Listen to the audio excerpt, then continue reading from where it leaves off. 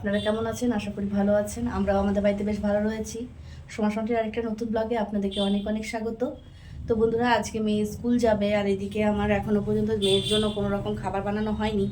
আসলে বাবা ছেলেটা এত দুষ্টুমি করে যে সকালবেলা সেরকমভাবে উঠতেই পারি না।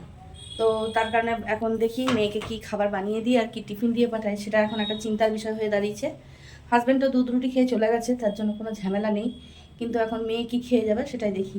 চলুন চটপট করে ওর জন্য টিফিন আর খাবারটা রেডি করে নিই। কয়েকটা দিন ধরে বেশ ভালো ঠান্ডা পড়েছে, যার কারণে সকালে কিন্তু ওঠা সেরকমভাবে যাচ্ছে না।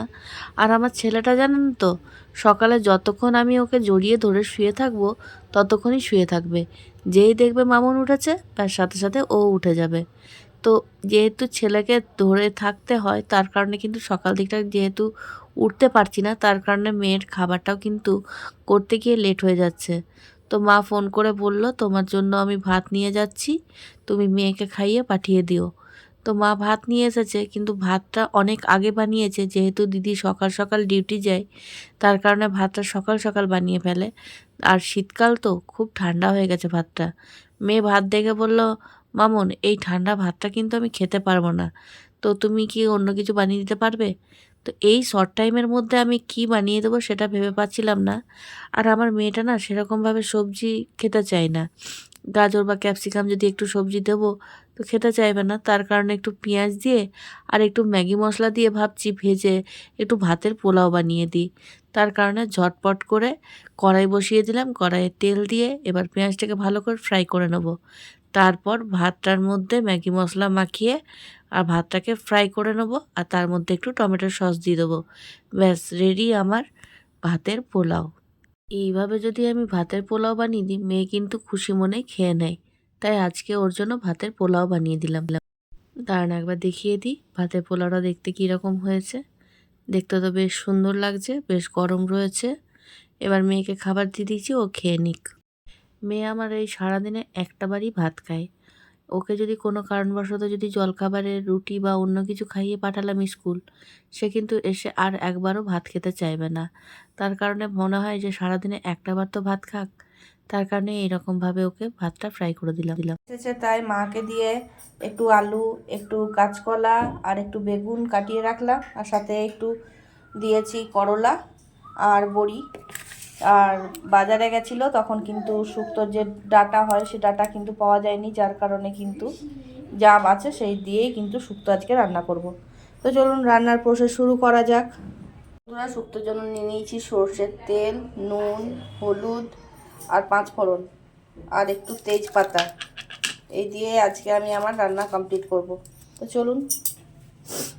আর এখানে একটু জিরে আর ধনে গুঁড়ো নিয়েছি, সেটা বলতে ভুলে গেছিলাম, সেটাকে একটু জল দিয়ে ভিজতে দিলাম।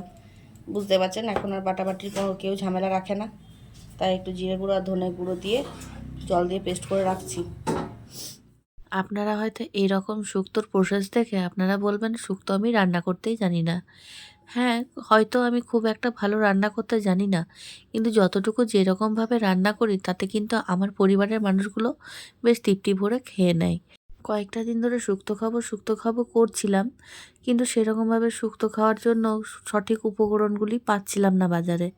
তো আমি কাঁচকলা, করলা আর বেগুন ফেলেই রেখেছিলাম যে একটু যদি ডাঁটা পাওয়া যায় তাহলে আমি শুক্তোটা করব বেশ ভালো করে।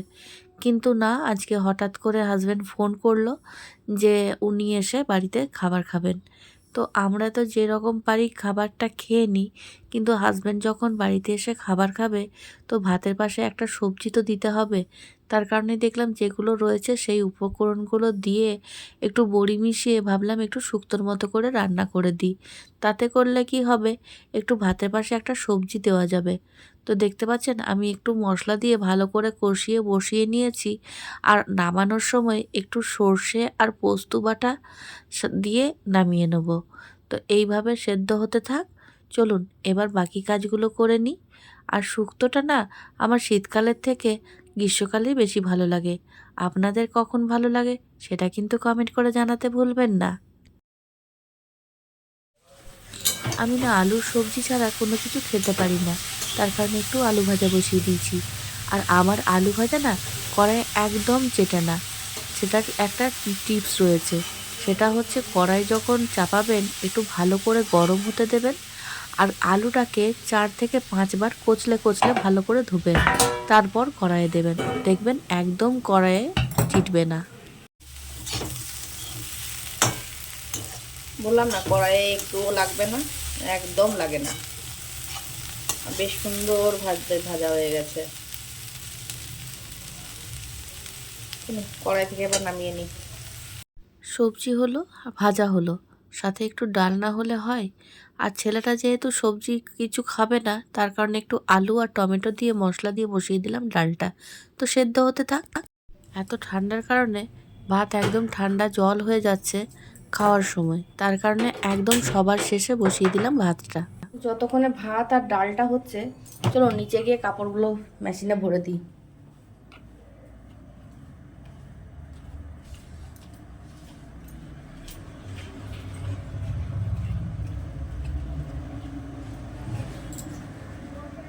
অলরেডি অনেক কাপড় জমা হয়ে আছে, মা দিয়ে গেল, সেগুলো ভাবছি একসাথে কেচে নেবো। সকাল থেকে কাপড়গুলো একবার মেশিনে চালিয়ে নিয়েছিলাম, কারেন্ট চলে গেছিলো বলে এতটা লেট হয়েছে। আর মায়ের না আজকে শরীরটা অসুস্থ ছিল দেখে মাকে বললাম তোমার কাপড়গুলো দিয়ে যাও, আমি মেশিনেই কেচে দেবো। তো মেশিনে তো আর যেমন তেমন করে ঢোকানো হয় না, মেশিনের একটা প্রসেস আছে যেটাকে মানে মেশিনের প্রসেস হিসেবে কাপড়গুলোকে ঢুকিয়ে নিতে হয়, না হলে এমনভাবে পেঁচানো যাবে যে একটার সাথে একটা এমনভাবে জুড়বে যে বের করাটা খুব টাফ হয়ে যায়। আর সেই কাপড়গুলোর মধ্যে যদি কোনো নরম কাপড় থাকে টানলে তো একদম ছিঁড়ে যাবে। খুব একটা তাড়াহুড়ো করতে নেই, তাড়াহুড়োতে কাজে বেড়ে যায়, কম কিন্তু কিছুই হয় না। সার্ফ এক্সেলের ডাব্বাটা একদম ফাঁকা হয়েছিল, তো আমি ভাবলাম সার্ফ এক্সেলটা প্যাকেটটা কেটে একটু ডাব্বার মধ্যে ভরে নিই। তো কি হলো, এমন প্যাকেটটা আমি কাটলাম যে হাত থেকে পুরো প্যাকেট ছিঁড়ে পড়ে গেল। তো যাই হোক, কোনো রকমে সব কিছু গুছিয়ে তুলে এবার সার্ফ এক্সেলটা একটু গরম জলে দিলাম। গরম জলে দেওয়ার কারণ হচ্ছে সার্ফ এক্সেলটা একটু গুলে না দিলে মেশিনে দেখেছি কাপড়ের মধ্যে কোথাও বেশি হয়ে থাকে, আবার কোথাও একদমই হয় না। তার কারণে সার্ফ এক্সেলটা একটু গুলে নেব। আর লিকুইড সোপ যেহেতু ইউজ করি না, তার কারণে সার্ফ এক্সেলটা গুলে নিচ্ছি। আমি লিকুইড সোপও ইউজ করে দেখেছি, সেরকমভাবে কিন্তু আমার কাপড়গুলো সেরকম পরিষ্কার হয় না। তার কারণে এই সার্ফ এক্সেলটা এইরকমভাবে গুলে নিয়ে তারপর মেশিনের মধ্যে দেব। তো এটা থাক 10 মিনিট। এটা 10 মিনিটের মধ্যে আশা করি একদম নরম হয়ে যাবে, গুলে যাবে। ততক্ষণে আমি আরও বাকি কাজগুলো করে নিয়ে গিয়ে ফিরে এলাম 10 মিনিট পর। আমি উপর থেকে না জলটা একটু দিয়ে দিলাম, কারণ পাম্পের থেকে জল টানবে খুব আস্তে আস্তে, আর অনেকটা সময় এমনিতেই পার হয়ে গেছে। তার কারণে উপর থেকে জল দিয়ে এবার মেশিনটা স্টার্ট করে দেবো। তো এটার মধ্যে অনেক রকম কাপড় কাচার প্রসেস রয়েছে, 1 2 3 করে লেখা রয়েছে। যেমন 1 নম্বরে না নর্মাল কাপড় কাচা হয়, 2 নম্বরে খুব স্পিডে যদি কাপড় কাচা থাকে তখন সেইভাবে কাচা হয়, 3 নাম্বার হলে আবার হেভি কাপড় রয়েছে, এরকমভাবে সব কিছুর প্রসেসের জন্য আলাদা আলাদা নাম্বার দেওয়া আছে। তো আমি সিলেক্ট করে নেব আমি কী রকম কাপড় কাচ্ছি। যেহেতু আজকে আমি ঘরের নর্মাল কাপড় কাচ্ছি, তার কারণে আমি আজকে 1 নাম্বারে দিলাম। আর জলের লেভেলটা আমি একবার দেখে নেব, প্রচুর হাই রয়েছে, তো আমার হাই দেওয়ার প্রয়োজন নেই, আমি একটু নর্মালে রাখবো, মিডিয়ামে। তার কারণে আমি এখানের অপশানে স্টপ রেখে এবার জলের লেভেলটা দেখে নেব। জলের লেভেলটা সেট করার পর তারপর আমি আবার ওটাকে প্লে করে দেবো। তো এখন আমার মেশিনের মধ্যে কাপড় ভরা হয়ে গেছে, এরপর কাচতে থাকুক। দাঁড়ান, প্রচুর ধুলো হয়েছে, সেরকমভাবে দেখা যাচ্ছে না, এত ধুলোবালি, রাস্তার পাশেই বাড়ি তো, তার কারণে প্রচুর ধুলো হয়। তো মেশিনে এখন কাঁচা হোক, চলো। ডাল সেদ্ধ হয়ে গেছে, এবার ডালটা সাঁতলে নিই।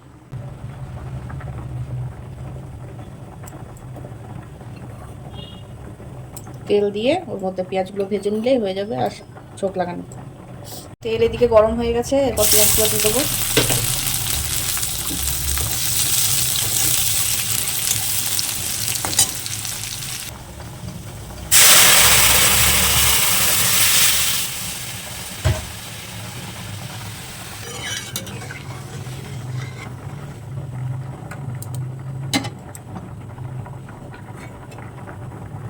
আচ্ছা, একটু ভাতটা নেড়ে দিচ্ছি।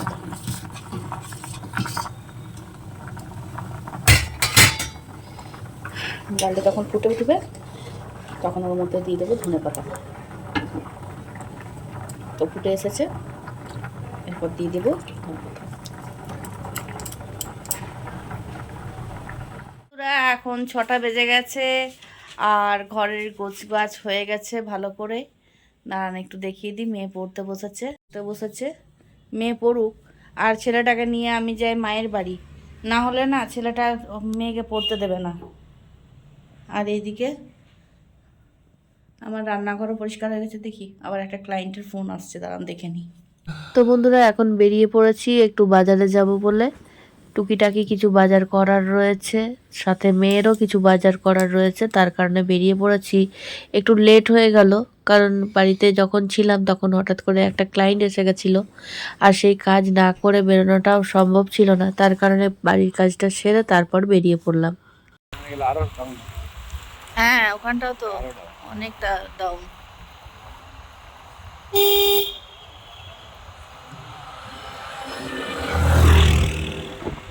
এখানে লাইটগুলো দেখো, সব লাইটগুলো জ্বলছে আর কি সুন্দর দেখতে লাগছে রাস্তাটা। হ্যাঁ হ্যাঁ বেশ সুন্দর লাগছে। কোথাও কোথাও অন্ধকার হয়েছে, কোথাও কোথাও আলো রয়েছে বেশি। হ্যাঁ হ্যাঁ বেশ ভালো লাগতো। বাজার করা হয়ে গেছে। বাজার বলতে বই কিনেছি, খাতা কিনেছি, আর মেয়ের জন্য একটা পেন্সিল বক্স নিলাম। একটু এবার নতুন ক্লাসে যাবে, তার কারণে। বন্ধুরা চলুন এবার বাড়ি যাওয়া যাক। এবার দেখি মেয়ের বক্সটা পছন্দ হয় কিনা, সেটাও একটা দেখার ব্যাপার রয়েছে। হ্যাঁ হ্যাঁ আর একটু সবজিও নেওয়া হয়েছে, ছেলের খাবার নেওয়া হয়েছে, প্যাম্পার্স নেওয়া হয়েছে, সেগুলো কেনা হয়েছে। এমন নয় শুধুমাত্র যে মেয়ের বই কেনা হয়েছে তা না।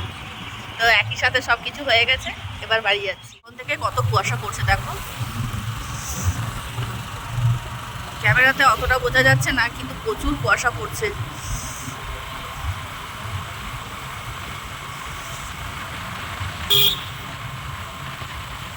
তো বন্ধুরা বাড়ি চলে এসেছি, বাড়ির গেটের সামনে চলে এসেছি একদম। দেখো এত খাতার ভার তুলতে পারবে তো? খাতাগুলো কেমন হয়েছে? হ্যাঁ এগুলো ঠিক আছে। ঠিক আছে। এটা অঙ্কটার জন্য নিয়েছি মোটা একটু, খুলে দেখবে? দাঁড়াও, এটা বাঁধা আছে, এটা পরে দেখো, বাকিগুলো দেখো এখন। আর কি কি নিয়ে এসেছি। দুটো বই পেলাম না। আর কটা স্কুল থেকে পেয়েছো? চারটে পেয়েছে। আর দুটো বই আনা হয়েছে। নতুন বইয়ের গন্ধগুলো পছন্দ বল। হ্যাঁ কেমন হয়েছে? ভালো হয়েছে, পছন্দ হয়েছে? তো বন্ধুরা আজকের মতো ব্লগটি আমি এখানেই শেষ করছি। দেখা হবে পরবর্তী আরেকটা নতুন ব্লগের সাথে। আমার ব্লগগুলি যদি ভালো লেগে থাকে প্লিজ একটা লাইক কমেন্ট শেয়ার করে জানাতে ভুলবেন না আমার ব্লগগুলো আপনাদের কেমন লাগছে। আর আপনারা যারা আমার পরিবারের সদস্য হয়ে গেছেন তাদেরকে অসংখ্য ধন্যবাদ।